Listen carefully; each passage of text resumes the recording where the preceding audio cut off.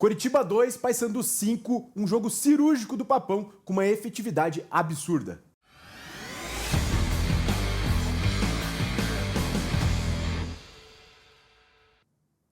O Paysandu venceu o Coritiba no sábado por 5-2, num jogo fantástico, uma atuação absurda, muito efetivo, muito terminal. Aproveitou os erros do líder Coritiba e tá galgando cada vez mais na competição. Eu tô com o Matheus Santana, estudou essa partida aí, um jogo, duelo de adversários que vinham invictos nas últimas partidas. O Coritiba, se eu não me engano, 9 partidas invicto.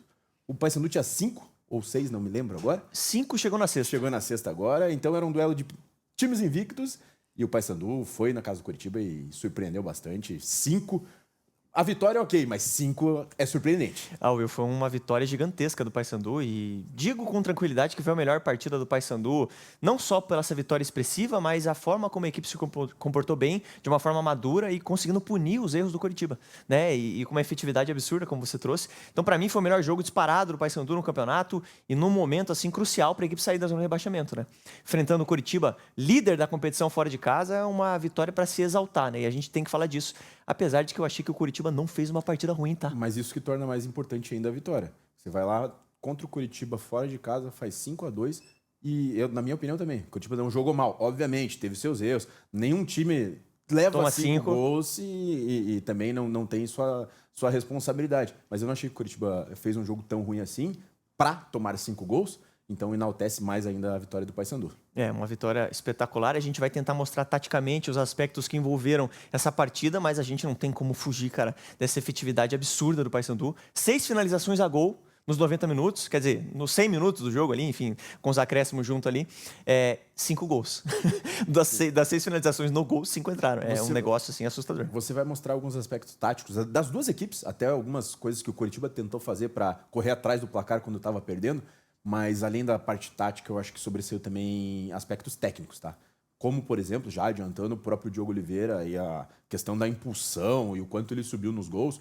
Tudo bem, podemos falar, a gente vai chamar a atenção da marcação no lance ali, mas sobressaiu a vantagem técnica do jogador, no caso, vantagem física nesse caso. O quanto ele subiu foi um negócio absurdo. Já é o jogador alto, mas subindo daquele jeito ali, fica até bonito de ver, parece que tá voando.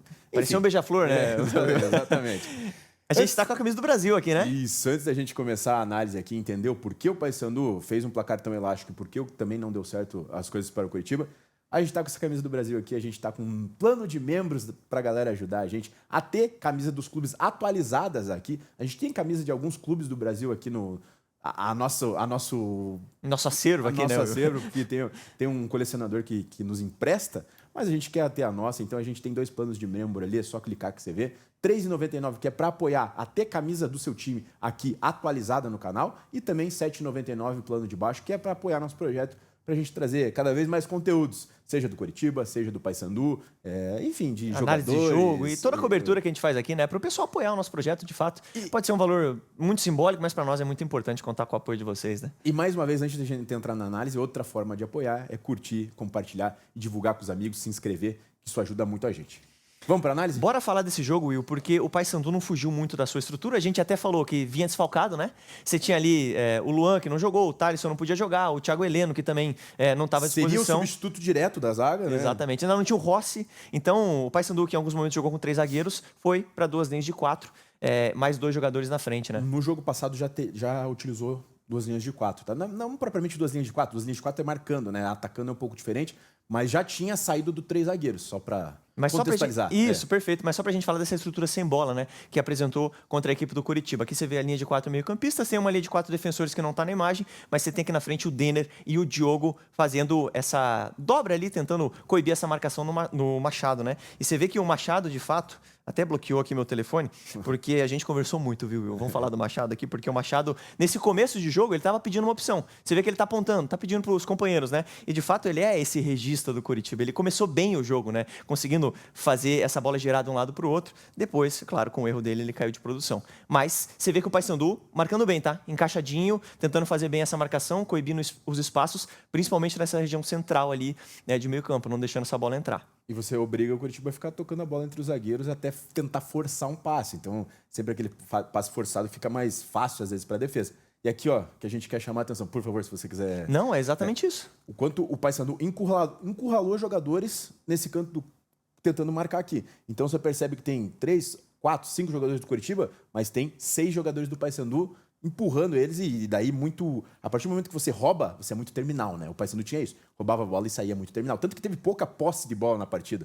Tudo bem, pelo placar também, mas extremamente objetivo. Exatamente. A jogada começa do lado direito, viu? Você vê como o Paysandu balançou bem, né? Isso mostra como a equipe evoluiu nessa questão tática sem bola, né? Tá treinando muito bem esse balanço, né? E fazendo esse balanço também perfeitamente. Aqui ele vai roubar a bola do Você Coritiba. citou o Diogo Oliveira e o Denner no início. Os dois estavam lá. Os dois estão aqui. Ó, e daí o Paysandu já rouba essa bola e também mostrou qualidade para jogar, tá? Até nesse lance o Heverson errou o passe, né, ali pro meio, mas mostrou, me surpreendeu, tá? A forma como o Paysandu entrou. O Paysandu começou jogando muito. Trocação. Não foi aquele time que esperou. Esperava-se até um time mais defensivo, talvez esperando as ações do Coritiba. E de fato, no início mesmo. Depois o Coritiba ainda conseguiu sair um pouco mais, mas assim, os primeiros 15, 20 minutos, o Paysandu fez um jogo franco, como você falou, saiu de igual para igual ali, que não era o esperado inicialmente. Exatamente. Aqui a gente vê mais uma vez, aqui sim, Will, tá bem desenhadinho, tá? O 4-4+2 da equipe do Paysandu. E aí você vê como o time estava bem postado, né? Bem orientadinho. Esse é aquele frame legal, né? Para o treinador olhar depois e falar, cara, o trabalho está sendo bem feito, né? E você vê que o Coritiba não conseguiu ter tantos espaços por dentro, né? Por quê? Porque a marcação do Paysandu estava muito bem encaixada, como a gente vê nesse lance. O Josué acaba vindo buscar esse jogo, e geralmente é ele o cara que fica um pouco mais infiltrado ali, né? Mas tem um destaque que a gente até conversou aqui antes do jogo.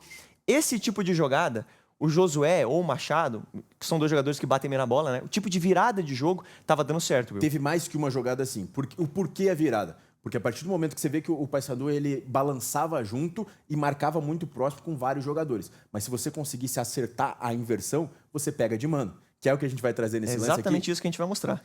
Porque o Ronier vai sair numa situação de mano. Você vê que o Paysandu estava encaixadinho, fechou bem o meio, o Josué pega essa bola e vira. E aí é um risco que o Paysandu também correu, né? De colocar o seu lateral ali de mano. Nesse momento, o Ronier com o Heverson, e aí você tem um espação aqui, né? E, de repente, se o Ronier fosse um pouco mais rápido, poderia ter finalizado essa jogada no gol ou ter levado um tipo de vantagem. Ele até foi bem na jogada, tá? Driblou, mas ele perdeu um pouquinho o tempo do chute, até porque o Heverson também foi bem na jogada, tá? Ele tomou o drible e depois conseguiu recuperar.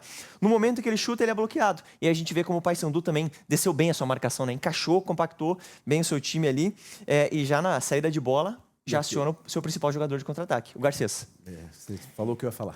Sim, é uma explosão muito grande. Lado esquerdo sempre o principal para o Paysandu puxar esse contra-ataque. E aí o Denner acaba sendo também um escape ali, né? Para fazer essa bola chegar para o Garcês. Chama a atenção também da tomada de decisão do Ronier, que você mata muitas vezes o lateral, né? Porque o Zeca fez a ultrapassagem ali para tentar receber esse passe e foi à toa, né? Exatamente. E a partir do momento que o Zeca vai à toa, olha o campo que o Garcês tem aqui. Tudo bem, o Garcês também não acompanhou o Zeca. Mas o Garcês, para essa puxada de contra-ataque, a gente vai ver melhor até, o Garcês tem muita velocidade. Tem muita velocidade. Passada larga, né? Passada larga. E foi um dos grandes aspectos da partida. E nesse jogo você agora pode até continuar aí. Não, é perfeito o seu destaque, porque o Zeca foi fazer a ultrapassagem e aí acabou que o Ronier não usou o Zeca, né? Não aproveitou dessa ultrapassagem dele, acabou chutando bloqueado no momento que não estava favorável para o chute. E aí o Garcês acaba tendo tempo para puxar esse contra-ataque, tempo e espaço, né? Para puxar esse contra-ataque. E aí, cara, o Garcês é um cara rápido, um cara que tem força, tem a passada larga, como a gente falou, tem estatura. Então ele conduz bem a bola, ele vai bem no contra-ataque, aciona o Denner inteligentemente volta para ele. E a gente quer destacar aqui até nessa marcação que é uma situação onde o Coritiba está um pouquinho desfavorável, tá? Você tem o Aquino e o Jaci numa situação onde o seu lateral subiu, o Bruno Melo tá voltando correndo também, mas você tem o Diogo atacando espaço e o Garcês aqui atacando espaço também. E você correndo de costas para marcar. Correndo de costas. Então fica uma situação desfavorável que o Paysandu conseguiu explorar bem, né? Então a maioria das jogadas do Paysandu aconteceram por esse lado esquerdo, acionando o Garcês. Você vê que aqui nessa jogada o Aquino vai bem, tá? Primeiro o Garcês tenta cruzar e o Aquino recupera, né? Bloqueia esse chute, intercepta. Depois tenta de novo e o Aquino intercepta. E aqui é um presságio, viu? Presságio do que iria acontecer, né? Não é o lance do gol do Garcês. Não é o lance do gol do Garcês. Essa bola acaba sobrando para o Machado e reparem bem, tá? Nesse frame, que é um frame muito parecido com o erro do Machado que acaba resultando no gol depois. Ele recebe essa bola, na verdade é uma bola que sobra para ele vem ali fazer a marcação, ficar ali nesse rebote. E o Garcês vem correndo para recuperar. Nessa, o Machado vai bem, tá atento na jogada, percebe que o Garcês vai dar esse bote e ele acaba conseguindo driblar. E não foi uma pressão daquelas do Garcês, tá? Mas esse é um lance muito parecido com o que a gente vai ver daqui a pouco. Nessa, o Machado consegue achar o Josué e a equipe do Coritiba consegue sair jogando. Aqui já é um frame onde já estava 1-0 pro Coxa, tá? Foi o gol de falta do Josué, né? Uma jogada que foi muito bonita do Josué, né? Um cara que bate muito bem na bola. A gente falou que o Curitiba enfrentava dificuldades para entrar pelo meio e tinha que fazer essa inversão de jogo para pegar no mano. Porém, o gol de falta surgiu de uma falta e que o Sebastião Gomes consegue fazer uma infiltração, uma das poucas ali que o Curitiba teve espaço, e o Sebastião Gomes infiltrou e daí gerou a falta, o Maurício Antônio pegou com a mão na bola, mas uma das poucas jogadas por dentro que o Curitiba conseguiu ter acesso ali. O Paysandu dificultou bastante, mas o Coxa tem qualidade nos seus jogadores e também não significa que, pelo fato do Paysandu estar marcando bem o meio, que em uma jogada ou outra não vai entrar, né? Não vai acontecer. 90 minutos ali. Exatamente. Então, assim, aqui já estava 1-0 pro Coxa, aqui foi uma subida do Paysandu, cara, foi logo na saída de bola, né?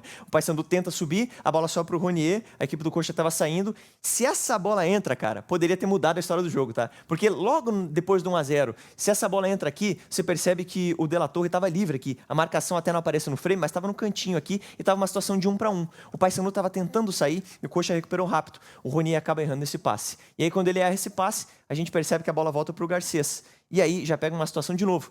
Um pouco de espaço entre o lateral e o zagueiro, e essa bola acaba sobrando de novo pro Garcês, né? Quantas bolas sobraram pro Garcês desse jogo, né? A gente vai ver mais pra frente alguns outros lances. Mas não é acaso também, né? Não é acaso, de fato ele estava ali, estava esperando a bola. E até no momento que ele estava voltando, né? Acabou dando um pouco de sorte, contou com o erro do Ronier. Mas nessa jogada, o Ronier vai se recuperar, tá? Ele vai voltar, vai fazer a marcação e vai ganhar a jogada do Garcês. Aquela coisa, né? Fiz besteira ali, agora eu vou ter que recuperar. E de fato recuperou. Exatamente. Fez besteira, voltou, recuperou. E aqui a gente vê uma jogada muito semelhante, tá, Will? Até na nossa marcação parece que é a mesma jogada, mas não é. De novo, o Machado vindo aqui para fazer uma cobertura. E aqui, cara, não deu para entender por que ele demorou tanto. Foi desatenção, acho que foi excesso de confiança, que é um jogador como a gente fez vídeo do Machado essa semana passada aqui, que é um dos pilares do Curitiba, um jogador que é extremamente importante na construção de jogadas. E nesse lance, talvez o excesso de confiança. Dormiu completamente, não tem o que falar. Dormiu e o Garcês inteligentemente. E é engraçado que o Garcês é a segunda bola, né? Seguida que ele perde, mas ele já volta incomodando, ele já volta atrapalhando. E daí nesse você pode soltar. Nesse eu vou até soltar, porque não tem muito o que falar, né? Foi um cochilo ali do Machado. E também a gente tem que exaltar a qualidade da finalização, tá? Do Garcês, porque, cara, esse chute que ele deu aqui. Vou até voltar de novo, porque geralmente a gente vê um jogador dando um chute chapado aqui, né?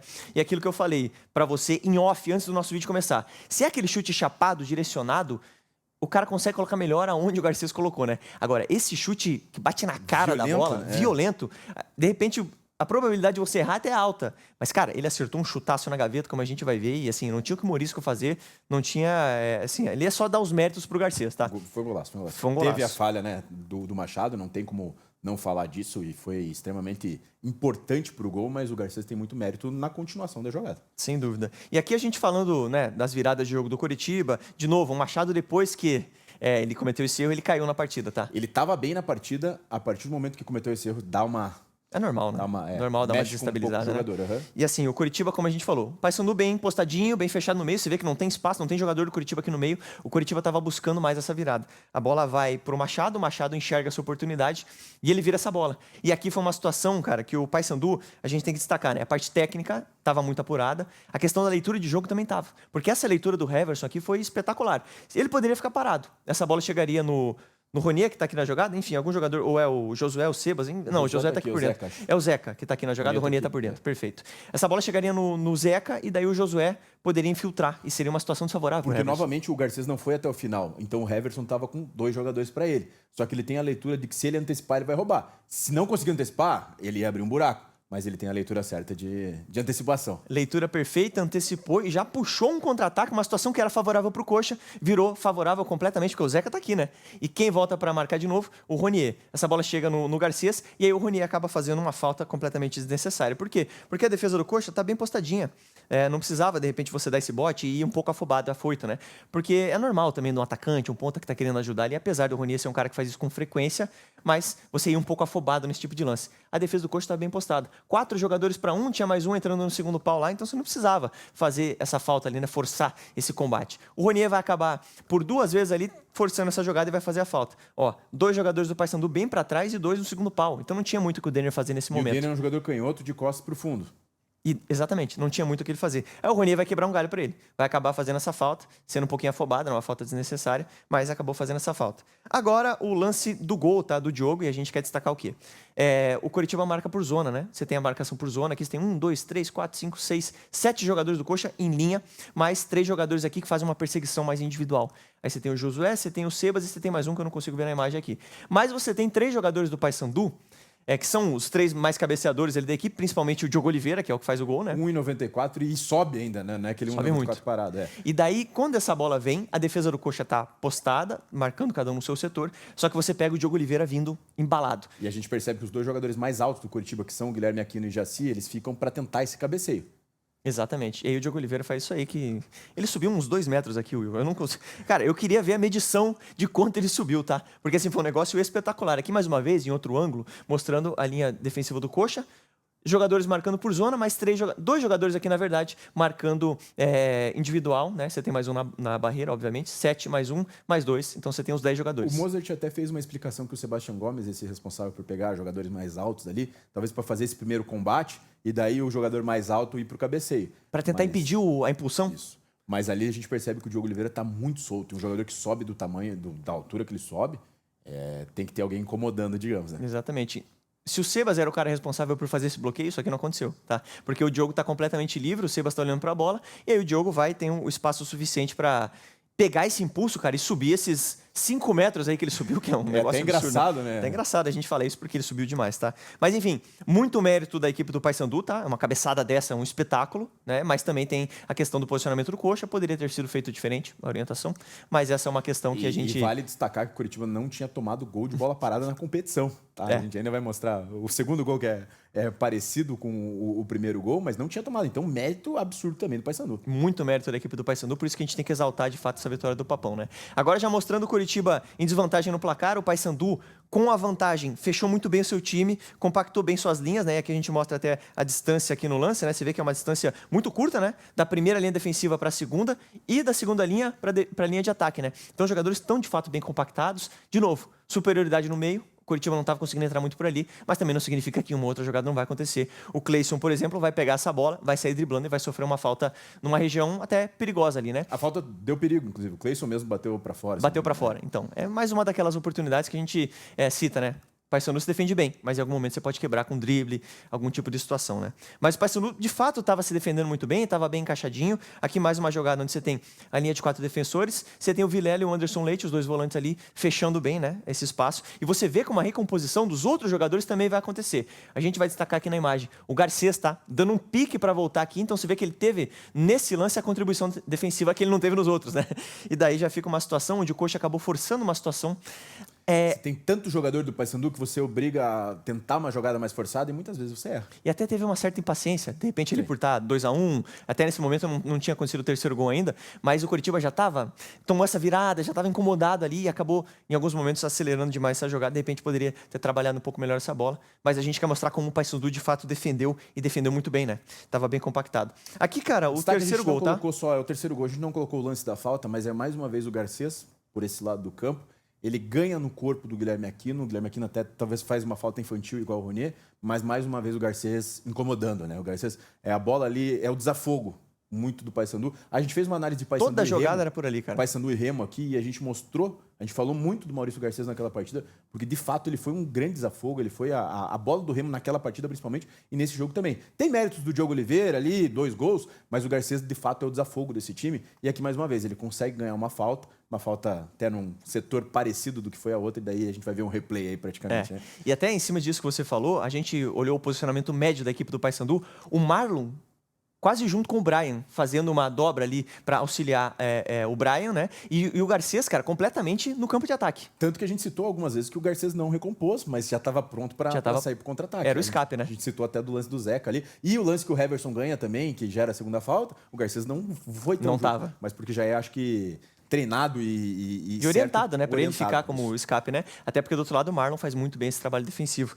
A gente vê aqui quase um replay, né? Onde a gente tem ali o Maurício Antônio e o Diogo Oliveira, os 2 no segundo pau, e essa bola, de novo, Coritiba marcando por zona, né? É uma de novo na mesma marcação. Só que é um pouco diferente porque, primeiro, era uma cobrança de linha de fundo, praticamente escanteio. Agora já é uma cobrança mais da intermediária, então a marcação tem que ser um pouco diferente. Mas mesmo assim, o Diogo Oliveira não é um pouco diferente a forma como ele sobe, mas mesmo assim ele com espaço sem muita gente para atrapalhar. É um jogador que sobe nessa assim, altura. Ele conseguiu pegar um impulso, ó, você vê que ele tá no segundo pau ali, né? Tá ele junto com o Maurício Antônio, tá no segundo pau, tá sem marcação nesse momento. A bola chega numa zona onde o jogador do Coritiba estava, que era o Aquino, só que o Diogo já vem no impulso. E é um cara muito alto já. E daí ele acaba ganhando, ele atropela, né? E é curioso que nos 2 gols daí é o Guilherme Aquino e o Diogo Oliveira que disputam a bola. Como a gente falou, não necessariamente era o jogador do Guilherme Aquino, porque a marcação do Curitiba é por zona. Por zona. Mas nos 2 lances, ele que perde a disputa pro Diogo Oliveira. E assim, é duelo de gigantes, tá? Porque o Guilherme Aquino tem 1,95, o Diogo Oliveira tem 1,94. E assim, o Maurício não tinha o que fazer. Porque a cabeçada do Diogo Oliveira, de novo, a gente tem que exaltar, tá? A cabeçada que ele deu no primeiro gol foi um espetáculo. A do segundo gol também. Ele direcionou na bochecha da rede. Não tinha o que o Maurício fazer. A primeira é mais bonita a impulsão, só que ele tava de frente. A segunda Essa é uma bola ruim pra ele É mais até. difícil, porque ele tá torto para conseguir o cabeceio. Então é mais difícil ainda. A primeira é mais bonita. É mais bonito ver o gol. Só que a segunda eu acho mais difícil. Exatamente. Não que é uma bola ruim, mas de fato não foi uma bola tão favorável assim pra ele, né? Ele tem muito mérito nesse tipo de cabeceio, cara. 2 golaços. Golaços de cabeça é difícil a gente ver, viu? E aqui a gente já viu 2, tá? De novo, mostrando como o Coritiba, nesse final de primeiro tempo, estava enfrentando um pouco de dificuldade para furar esse bloqueio do Paysandu, tá? Você vê como o time do Paysandu estava bem compacto. E, de novo, aquilo que eu falei. Claudinei Oliveira trabalhou muito bem a parte sem bola do time.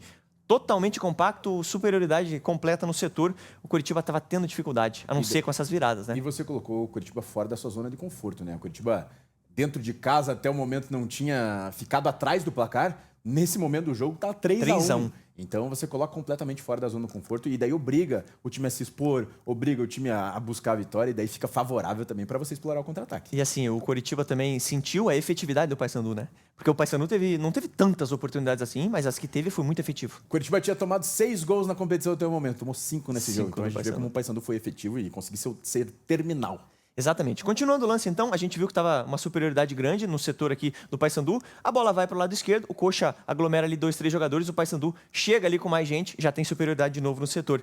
Então isso mostra que o time está bem treinado, tá? Mostra como está bem orientado. Nesse momento, teve essa superioridade do lado direito ali da defesa do Paysandu, da equipe que estava defendendo, né, do Paysandu, sobra um pouco de espaço no meio. Mas como o Coritiba não estava conseguindo entrar com essa bola, o Machado tem que arriscar um chute de fora da área e acaba chutando mal. Então mostrou que o Coritiba estava com dificuldade para fazer essa bola chegar depois, né, que levou a virada. E aí começou a tentar algum outro tipo de recurso, chute de fora da área, mas mesmo esses chutes de fora da área não estavam conseguindo resultar em muito perigo, viu, Will? E agora a gente vai para o segundo tempo, onde a gente teve uma mudança na equipe do Coritiba, e esse é um fator bem importante, porque o Coxa melhorou muito no jogo. A ideia não foi errada, a execução, no final das contas, acabou aqui, né? A gente viu pelo placar. Mas o Coritiba tenta... O que ele tenta fazer nesse segundo tempo? Colocar um 3 na construção. O Coritiba estava com uma linha de 4 inicialmente. Na construção das jogadas, 3 jogadores. Guilherme Aquino, Jaci e Bruno Melo construindo. Qual é a ideia? Você ter o 3+1, que é o Felipe Machado, como esse 1 para receber essa bola. O Josué flutuando e daí empurrar 5 jogadores na última linha. O Alex Silva quase como um ponta direita, o Ronier como um interno na direita, o De La Torre como centroavante, Sebastião Gomes como um interno da esquerda e o Cleison como um ponta esquerda. Por quê? Porque o Paysandu marcava com uma linha de 4 na sua defesa. Então você empurra 5 jogadores na última linha contra 4, você gera essa superioridade. E o Coxa conseguiu ter vantagem nesse aspecto. No segundo tempo foi bem. Conseguiu povoar mais a área adversária, cruzamentos, enfim. Não conseguiu criar tantas oportunidades, mas é aquilo que você falou. Coxa conseguiu o que ele queria, gerar a superioridade no terço final. E aqui vai ficar bem claro, viu, Will? Mas a movimentação. Também mostra como o Paysandu conseguiu ser efetivo, conseguiu se defender. Porque você... Agora quem saiu da zona de conforto, em teoria, foi o Paysandu. Foi o Paysandu. Porque você criou um fator novo ali, o Paysandu mesmo assim conseguiu neutralizar. Resolver, né? Neutralizar. De certa forma. Aí a gente vai mostrar uma situação curiosa aqui. Aqui é legal porque é o seguinte, aqui já é aquela série em 3 que você mesmo citou, você tem o Bruno Melo, você tem o Jaci e você tem o Aquino, tá? Os 3 jogadores responsáveis por fazer essa construção de jogo, mais o Machado, que fica ali centralizado para tentar fazer essa bola chegar e de fato é o cara mais indicado para isso. E aqui você tem o Alex Silva que o Bruno Melo tá indicando para ele. Vai, cara, dispara. Porque ele tem que estar aqui, o Alex Silva, em teoria. Ele tem que estar como um ponta direita. Só que o próprio Alex Silva tá gesticulando. O Josué está no meu setor. O Josué, como você falou, fica livre, né? Em alguns momentos ele acaba indo pro lugar onde não deveria. Tá? E nesse momento ele acaba tirando o espaço do Alex Silva. E daí o Alex Silva acaba não indo porque o Josué já estava no setor. E aí é isso que ele mesmo indica 2 vezes. O Alex Silva ali, tinha que estar aqui, ó. Espetado. Exatamente. Era ali onde o Alex Silva deveria estar. E aqui o Josué. seria mais confortável, né? Porque o Josué, de fato, é o cara da armação, né? E o Alex Silva não se sente confortável armando, né, Alex? Exatamente. Se sente confortável espetado no corredor. E a gente vai perceber nesse lance. Ele tenta vir por dentro, a marcação tá bem fechada, ele não tem tanto recurso assim para fazer algo diferente, perde a bola. E aí o Paysandu tenta ligar rápido esse contra-ataque, perde de novo. A gente vai destacar mais uma vez o posicionamento, tá? 3 defensores, Bruno Melo, Jaci e o Aquino. Agora ficou bem mais claro, né?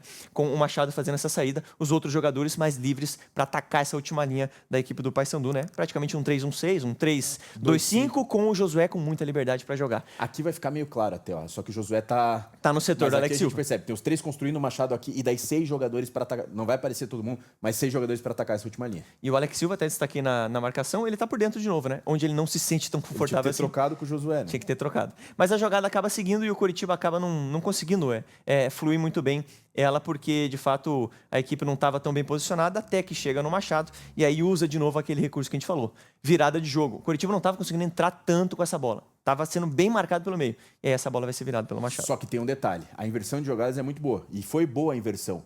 Só que agora o Paysandu tá mais encaixado. Porque no primeiro tempo as inversões estavam pegando de mano. Exatamente. Agora não. Você vê que o Cleison domina a bola, tem esse jogador e já tem uma cobertura. Então você inibe o ponta de ir pra dentro, porque tem 2 jogadores ali e vai ser muito difícil dele passar. Exatamente. E aqui nessa jogada até não acontece a ultrapassagem. Ela até vai acontecer, mas um pouco tardia, né? Porque nesse momento o Bruno Melo já deveria... Tudo bem, é complicado, ele estava fazendo a construção, né? Mas a partir do momento que ele vê que essa indicação de virada vai acontecer, talvez ele deveria estar um pouquinho mais Nem perto. tem essa característica. Não né? tem essa característica também. Mas ele vai acabar chegando para ajudar o Cleison ali, né? Ele vê que essa situação vai acontecer, o Cleison traz essa bola um pouco para trás, está fechado ali, o Paysandu já tem superioridade de novo no setor, como a gente vai indicar aqui, 4 jogadores para 3, né? Bruno Melo, o Cleison e o Josué. E aí o Bruno Melo vai tentar fazer um cruzamento, o Paysandu bem posicionado, bem fechado, vai bloquear esse tipo de jogada e a bola vai sobrar para Alex Silva, que aí tenta resolver, né? Com um chute de fora da área, a jogada acaba não acontecendo. Então assim, por mais que o Coritiba propôs uma situação para tirar o conforto do Paysandu, o Paysandu conseguiu se recuperar, né? Neutralizar um pouco isso. E daí tivemos 2 lances curiosos, né? O Coritiba até esboçou uma reação, fez o 3-2 num lance de pênalti, uma mão na área, que daí provavelmente o Coritiba conseguiria ir para cima mais, conseguiria encurralar mais o Paysandu. Teve um momento favorável ali, Teve né? um momento favorável, só que ao mesmo tempo teve o contrário também. Uma saída de contra-ataque do Paysandu, uma falta cobrada, daí gerou a falta que o Jaci fez no Diogo Oliveira. Daí mais um lance em que a bola é cobrada na área e daí uma mão. Então teve um pênalti lá, teve um pênalti lá, cá, e que daí também acho que meio que amorcegou o jogo, né? 4-2, Amorcegou o jogo. dá aquela segurada, dá aquela esfriada em uma possível reação. Exatamente. E aqui já é um cenário onde estava 4-2, tá? O Coritiba estava tentando loucamente sair para o ataque, não tinha outra opção. Tinha que atacar, tinha que tentar alguma coisa diferente. O Depena já estava na partida, já tinham até outras mudanças. Essa bola primeiro foi um lateral cobrado na área. Aí a equipe do Paysandu estava bem postada, a bola volta e de novo essa bola volta para a área, só que, de novo, a equipe do Paysandu ganha essa jogada. O rebote de novo, tem dias, Will, em que as coisas não acontecem, não dão certo, né?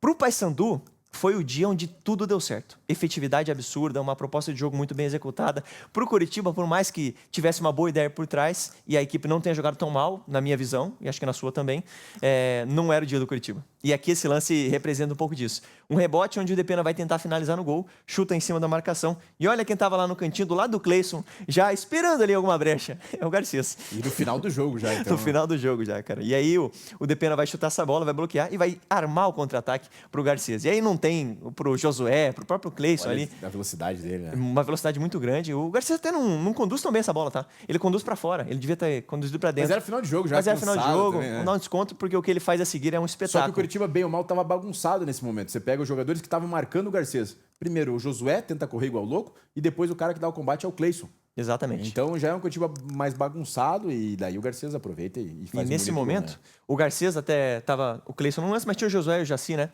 Que o Jaci até desvia a bola, né? E a bola acaba entrando depois ali, né? A gente, enfim, termina com esse golaço aí do Garcias, né? Para exaltar a vitória do Paysandu. De fato, você tá com o seu time na zona de abaixamento. Você enfrentar o líder momentâneo, né? Pelo menos começou a rodada do Coritiba como líder. Fora de casa, um time que estava invicto em casa ainda. 6 vitórias e um empate. Tinha sofrido pouquíssimos gols em casa. O Pedro Maurício só tinha sofrido 1, né? Contra o Avaí. Cara, o que o Paysandu fez é para se exaltar e exaltar, assim, de pé, né? A efetividade, a qualidade dos gols, assim, muito grande. Por outro lado, o Coritiba também na terra arrasada. O Coxa tá voando no campeonato, tá muito bem, tá? E continua ali na parte de cima, tá 8 pontos do primeiro time ali fora da zona, ou 7, enfim, tá uma distância bem confortável, né? Então, é tirar as lições dessa partida, né? E essa dose de azar também grande que teve, porque só isso explica esse resultado tão atípico, né, Will? O Paysandu, você pega 6 partidas invictas do Claudinei, 4 vitórias e 2 empates, então a mudança de chave... Espetacular, né? Pós-Claudinei, tudo bem, tiveram reforços. Diogo Oliveira e Maurício Garcês chegaram no meio dessa janela, não estão desde o início na competição, teve uma mudança de elenco ali, mas essa virada de chave do Paysandu é extremamente importante para, né, sair dessa zona de rebaixamento, enfim, e tentar uma campanha melhor. E como você falou, Curitiba não tem terra arrasada. É feio o placar, é feio, né? Tomar 5 gols dentro de casa, enfim, todo o contexto. Mas... Foi mais uma fatalidade do que um padrão, né? Mérito do adversário, com falhas suas. O padrão, inclusive, é outro completamente, né? O Curitiba tinha tomado 6 gols em 16 jogos, né? 15, 16 jogos? 16 jogos. Então, assim, o Curitiba vem muito bem no campeonato. Esse jogo, de fato, foi um jogo onde tudo deu errado pro Coxa e tudo pro Paysandu deu certo. O torcedor do Coxa vai tirar as lições, né? O Curitiba também, e o torcedor do Paysandu tem que exaltar a sua equipe, tem que aproveitar o momento, curtir, porque o Paysandu tá numa crescente, tá? Batido o martelo sobre essa partida? Batido o martelo. Foi um jogo com muitos recursos ainda, a gente tenta explicar um pouquinho, é claro. Teve muito mais lances, né? Porque senão ia ficar Teve muitos mais lances aí, mas a gente quer contar com o apoio do torcedor do Coxa e do Paysandu aqui no canal também. Fechou. E você, torcedor do Paysandu, e você, torcedor do Coxa, o que achou dessa partida? O que achou da nossa análise? Comenta aqui, traz o seu feedback pra gente, que isso nos ajuda muito. Mais uma vez, falo do nosso clube de membros. Dá uma clicada aqui, vê as opções, vê a opção da camisa R$ 3,99, a opção apoia o projeto R$ 7,99 e mais uma vez eu peço para você, curte, compartilha, divulga com os amigos, se inscreve no canal, que isso nos ajuda muito. Até o próximo vídeo.